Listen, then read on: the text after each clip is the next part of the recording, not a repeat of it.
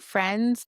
Welcome back to Rise in Mourning, Finding Jesus at the Threshing Floor. I'm your host, Kristen Hajar. If you've been walking through this journey with me, you know that every episode has carried its own kind of breaking and its own kind of beauty. Today's story is hard to share, but it's also one that marks the beginning of my healing and acceptance. Disclaimer: this episode talks of thoughts of suicide. Viewer, listener, discretion advised. This is about a moment that could have been the end for me. I've actually had a few of those moments and thoughts throughout the first 3 years after Alek's passing. But this particular time became a turning point for me, a day when I decided I needed help. It was approaching the 3rd year after losing our son Alek. It was right around Christmas time, and my boys were getting out of school for holiday break. And you'd think by then I'd have found some kind of rhythm, some kind of peace, but I hadn't. I was still flailing, still consumed in grief, guilt, and exhaustion. I couldn't get a handle on anything,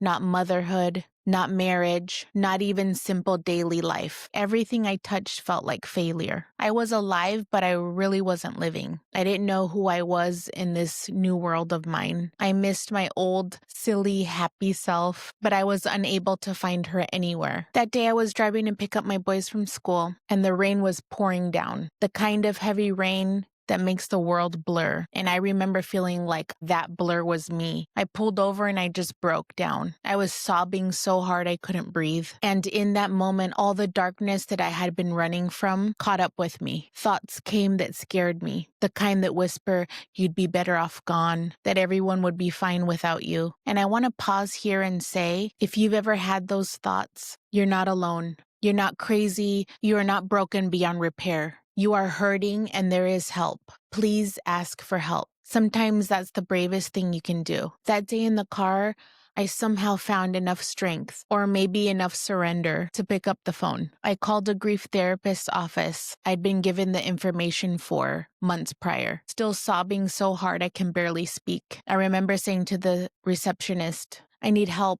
I need to talk to somebody. I lost my son. Please, as soon as possible. And by the grace of God, they saw me the very next morning. That's when I met my grief and trauma therapist, Erin, my angel, the same one I still see today. Walking into her office that day was one of the hardest things I've done, but it was also the most important because it was a day I made a choice to live again, or at least try. It didn't mean everything got better overnight. It didn't mean I suddenly felt strong or faithful or healed. It meant that I had decided that my story wasn't over yet, that I was willing to fight for the chance to heal. That moment, sitting in the car in the pouring rain, was a fork in the road. And I think that every person walking through traumatic grief comes to that point eventually. Do I stay stuck here? Do I let this pain consume me? Or do I ask for help and trust that maybe, just maybe, God still has something left for me? I believe in that moment, I started to rise, even if I didn't know it yet.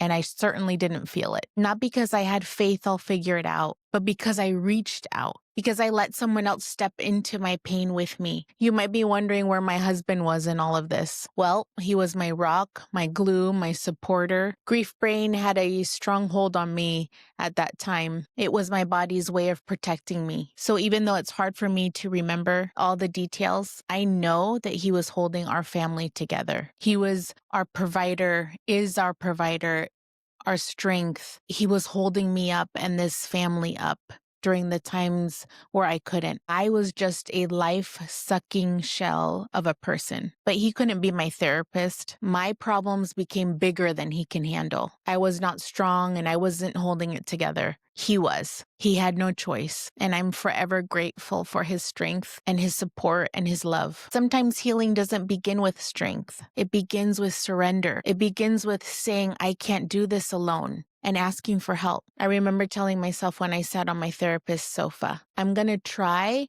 and do anything and everything that she tells me to. I was open to everything. You have to be willing and honest, otherwise therapy will never work. If you're in that place right now, if the darkness feels heavy and endless, please, please reach out for help. Call a friend, call a pastor, call a therapist, call the suicide and crisis hotline. Just dial 988 if you're in the United States. You're not a burden.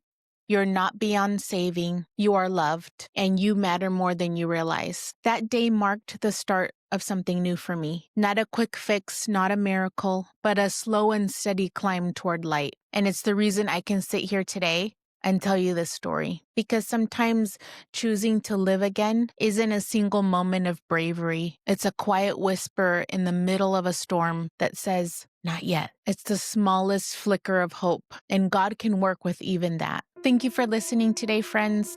Please don't forget to like and subscribe to this channel. Leave me comments, feedback. I'd love to hear from you guys. And you can find me in all my socials at Rise in Mourning. I'm your host, Kristen Hajar, and I'll see you next time. Until then, if today feels heavy, I want you to hear this. You're not alone. You are loved. And even when all you can do is whisper it, choosing to stay is holy. Because even in mourning, we rise.